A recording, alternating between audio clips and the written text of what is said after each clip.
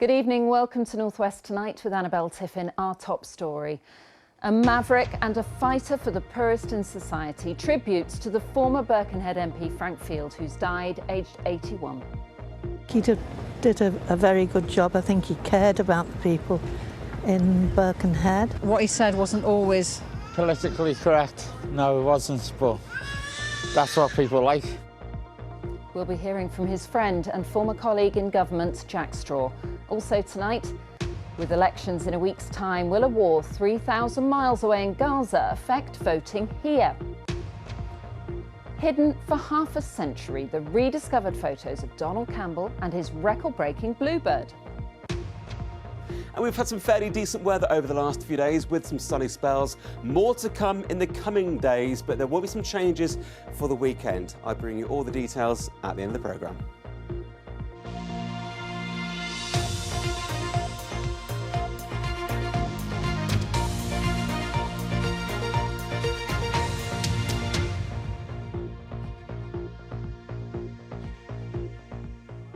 Frank was always Frank. That's how one former colleague described Frank Fields, the maverick veteran Labour MP for Birkenhead, who's died after a long battle with cancer.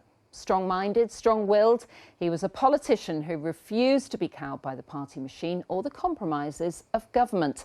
Today, his family saluted his decency and his faith in ordinary people and a life spent fighting poverty and injustice.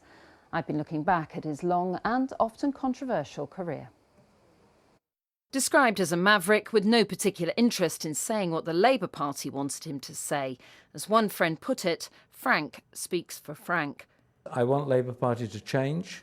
I want it to be seen as a clearly anti-racist party, and I want the party to be clearly seen that the local thuggery that's going on will not control local MPs. He was born in London, but for 40 years his heart was in Birkenhead, and today he was remembered fondly in the town.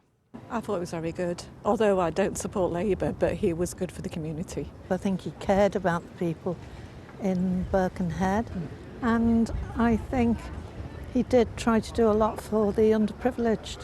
what he said wasn't always Politically correct. No, it wasn't, but that's what people like. Well, Birkenhead people anyways. Today, the town's current MP, who'd known Frank Field since 1979, paid his own tribute. Frank was Frank, and if he got something, in his bonnet, then he'd pursue that particular line, even if it wasn't the Labour Party line at that particular time. Frank Fields was elected as the town's MP in 1979 as Margaret Thatcher came to power. Despite their political differences, he was one of the few Labour MPs to count her as a friend. In 1997, Tony Blair made him Minister for Welfare Reform with a brief to think the unthinkable. He did, and resigned a year later.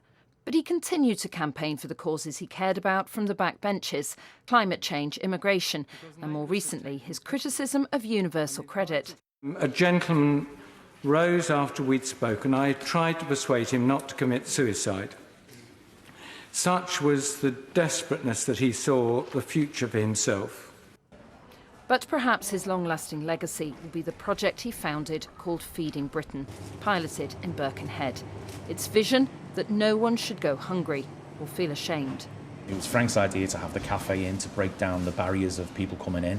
His legacy is here to be seen, like I say, with the amount of people that he's helped over his time. And I think he'd be fondly remembered, absolutely. He was a party rebel who voted his way rather than on party lines. In 2018, he lost a confidence vote within his local party over his support for Brexit, and he quit the party whip over anti-Semitism and intimidation. If you go around Birkenhead, if I go around the country, people are jolly nice to me and friendly. No, the only place that there's hatred is in the local Labour Party. He stood as an independent candidate in the 2019 general election. When he was asked by a reporter why he'd lost the seat, he said, "Well, not enough people voted for me." Always straight talking, always frank. He was a private man who never married. He'd been ill for a number of years, and he revealed in October 2021 that he was terminally ill. Lord Field requested his ashes were placed at the entrance to the chapel at the Priory in Birkenhead. Well, the former Blackburn MP Jack Straw was a friend and colleague of Frank Field, and I asked him earlier for his reaction to today's sad news. Well, it was very, very sad. I mean, Frank was a good man. He was also a good friend during our parliamentary career together. And he was one on his own. And he was a lot of fun, great company.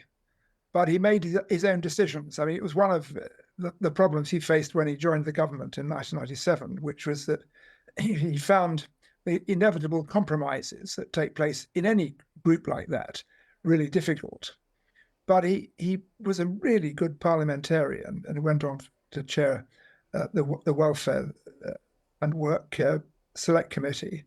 And he thought for himself. But I mean, the other thing, really important thing, was he was a Londoner. I mean, I'm from Essex, and each of us in the same year, in 1979, were lucky enough to be selected for relatively safe seats in the Northwest. So we were incomers. But he adopted Birkenhead, and Birkenhead adopted him. And he really worked very, very hard for the people of Birkenhead and to try to put it back on the map, because it had, like my constituency of Blackburn, had a very, very fine and distinguished history, but it was facing similar elements of decline to manufacturing areas and therefore port areas across the Northwest. And he was very successful in fighting for Birkenhead and gained a great deal of support and affection and respect because of that. And indeed, that has been echoed in the people that we've spoken to in Birkenhead today.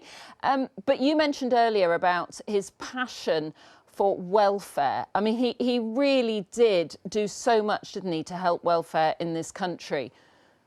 Yes, he did. I mean, he was a member of a London borough, Hounslow, until 1968, when Labour lost almost all London boroughs and he lost his seat. But there was a silver lining to that, which was that he got stuck into the Child Poverty Action Group.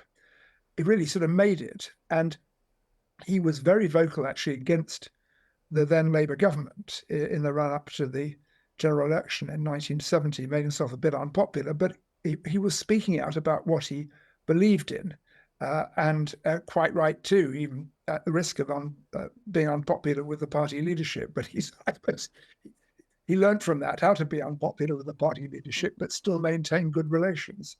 Jack Straw, it's great to speak to you. Thank you very much for sharing your thoughts on Frank Field. Thank you very much. Well, next tonight, 2 people have been arrested after the body of a 90-year-old woman was found at a house in the Wirral. Emergency services were called to the property in the Spittal area yesterday morning, where they found the body of Myra Thompson. A 48-year-old man and a 51-year-old woman are in custody on suspicion of murder. A decision on controversial plans to chop down trees at a Cheshire beauty spot was deferred today by councillors. Cheshire East Council says it needs to remove the trees as part of safety works at Poynton Pool. Campaigners from the Friends of Poynton Pool protested outside the meeting in Macclesfield. More work will now be done on the proposals before a final decision is made. The Manchester-born artist Claudette Johnson has made the shortlist for this year's Turner Prize. She's among 4 artists competing for a prize of £25,000. Johnson has been nominated for her solo exhibitions of portraits of black women and men. And the BBC's announced that the Radio 2 in the Park Music Festival will be taking place in Preston this summer. It was in Leicester last year. The full lineup in Moore Park on the 7th and 8th of September will be revealed in early June, with tickets going on sale shortly after that. Now, the war in Gaza might be thousands of miles away, but could it have an influence on the local elections here?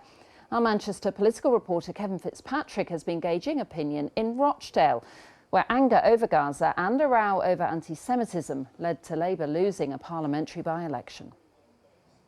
I do hereby declare... When Rochdale's new MP was elected in January, he was clear on the issue that helped him win. Keir Starmer, this is for Gaza. George Galloway has since continued to champion the Palestinian cause as the fighting goes on, alongside protests against it in Manchester and Liverpool. For some, the issue will be on their minds come polling day. The people want somewhere else, the government are doing somewhere else, and we want people to speak for us. I know there's issues with Gaza, but they really shouldn't concern our politics. We will vote for that party, those look after them. This is our one request. Buoyed by his success in the by-election and seeing Labour as vulnerable, Mr Galloway's got 13 candidates standing in Rochdale and more across the region. Our historic mission, as you may know, is to replace Labour. We are the real Labour, the Tony Benn Labour. That's what we are. So we adjust our electoral targeting with that strategic aim in mind. Labour had dropped its candidate at the by-election over alleged anti-Semitic comments, which undoubtedly helped the new MP. The party's local leader thinks these results will be different. People are coming back to Labour because they recognise the work that those excellent councillors, particularly those excellent councillors in the South Asian community, have done over many years and how they've supported their communities.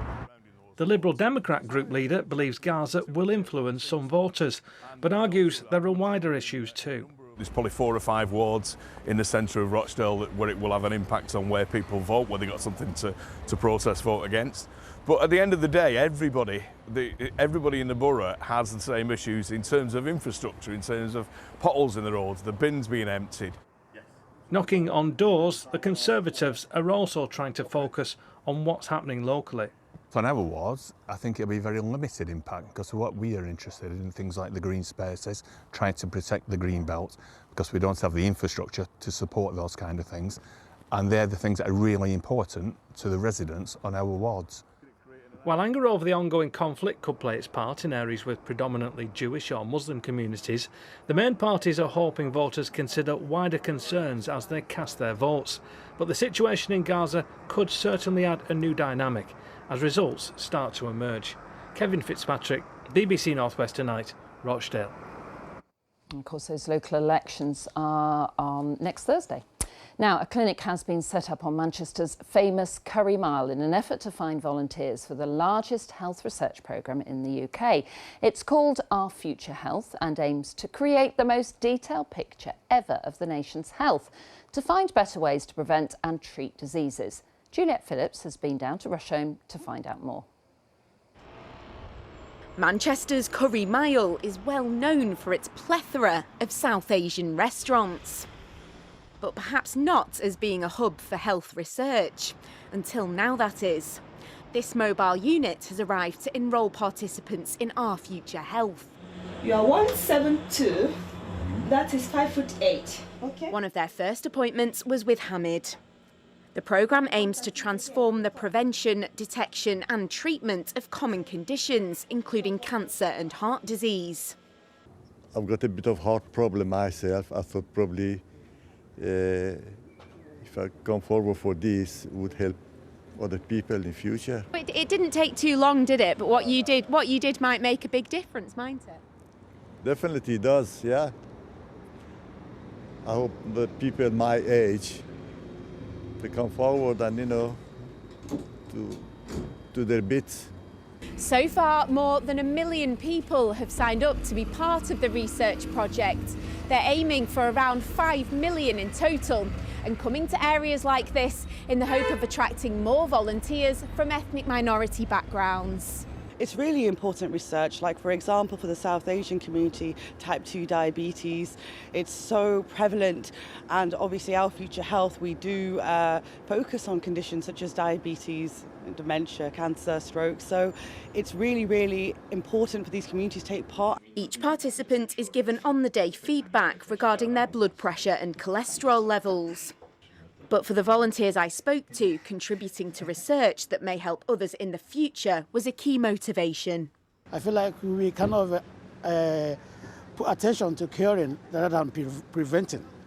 So I think this might be one of the things, a step forward in preventing these diseases. It's nice to be able to give something back, no matter how small it is, and hopefully it will help in the future. The Our Future Health mobile clinic will be taking pre-booked appointments just off the Curry Mile until next Saturday. Juliet Phillips, BBC North West Tonight, Manchester.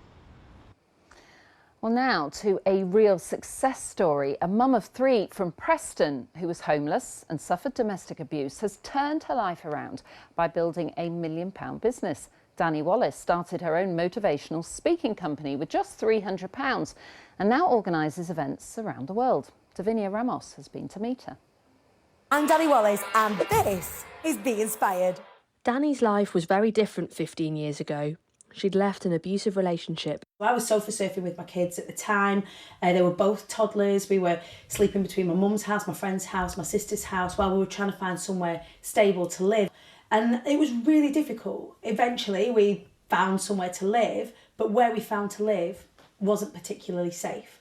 So we were having our tyres slashed, we were having our windows put through. We were being terrorised kind of in our own home. And I decided one day that I'd had enough. She decided to take her skills as a performer and her knowledge of the corporate world to build a £1 million business as a motivational speaker and coach. I started to understand more about how you can make money online, how you can make money in events, because my heart lies in events, and started to put in place things like online course programs, teaching people how to public speak, how to present. She now runs events like the Big Festoon, which helps business owners network. We started the event with 50 people. And then that doubled, and then it doubled again, and then it doubled again. There's such an appetite now more than ever, and particularly post-pandemic, for meeting in real life, for connecting with people in real life. The business is projected to turn over 1.3 million this year. In November, we're holding our first event over in America, in LA. So, we're really talking about taking that conversation outside of the Northwest, into the wider UK, and then into the world. And it's clear she won't let anything stop her. Davinia Ramos, BBC Northwest Tonight, Preston. Brilliant, isn't it? Now we're going to move on to football, and Merseyside derbies, well, they're always a big deal, but there's much more than bragging rights at stake at tonight's game at Goodison Park. A win for Everton would see the Blues all but safe from relegation, but Liverpool will be desperate to keep pace in the title race. Richard Askham is at the match for us, and I bet there are a few nerves going around among supporters tonight, aren't there, Richard? Annabelle, you can feel the tension, you really can. And I was chatting to, a little earlier on, a couple of legends who know just what it's like to feel that tension at a Merseyside derby. Graham Stewart, of course, played for Everton. Mark Lawrence, who won everything with Liverpool. They were there to celebrate a new artwork, actually. You might know the famous Liverpool sign in the city centre. It's been dressed up with images of iconic vintage shirts of the past. It's going to be tough. I mean, there's no point in kidding ourselves. We've had a difficult season.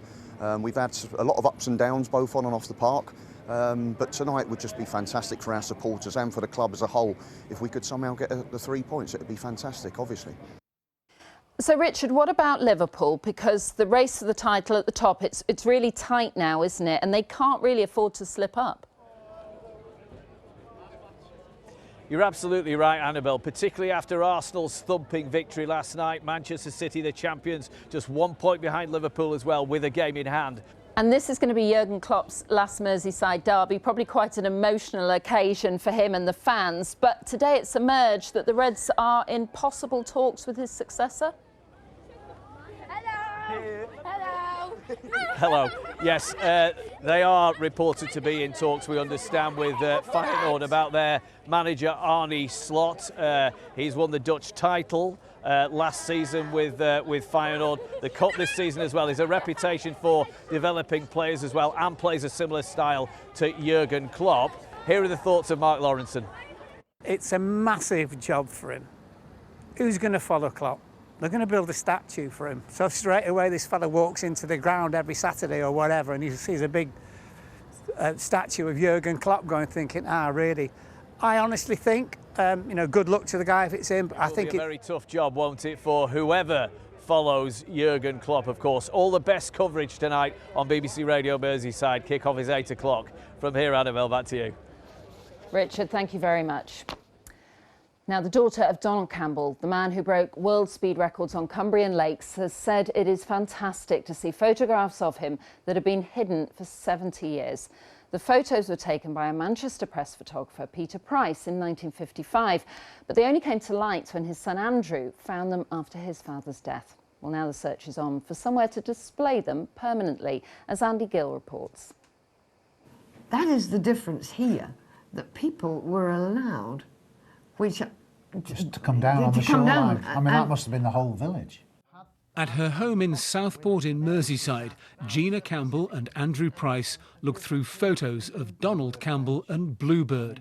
They were taken at Ullswater in Cumbria in 1955, the place and year when Donald Campbell first broke the world water speed record. The photographer was Andrew's dad, Peter Price, who died in 2020. It was very difficult for me to go through his archive because I'd worked with him for 30 years. Must have been millions of and photos. I started to go through things, but it was, tears were rolling down my eyes. I said, I didn't know you'd done this, Dad. I didn't know you'd done that. But earlier this year, Andrew, who's also a photographer, did get round to looking through his dad's archive. Literally there they were in a little brown envelope with handwritten notes on saying Donald Campbell Bluebird early attempt Ullswater. And I was, wow, I didn't know you had these. Once you start on one of these world's record attempts, you're past the point of no return. Donald Campbell set world water and land speed records. He died in 1967 when Bluebird crashed on Coniston Water. Last month, the restored boat returned to Coniston after being recovered in 2001. But Campbell's first water speed records were achieved not on Coniston, but on Ullswater. There's one here, he's obviously just going out for a run, but he's not wearing a hard helmet. No, he's not. Would he have had that in the cockpit, do you think? Possibly.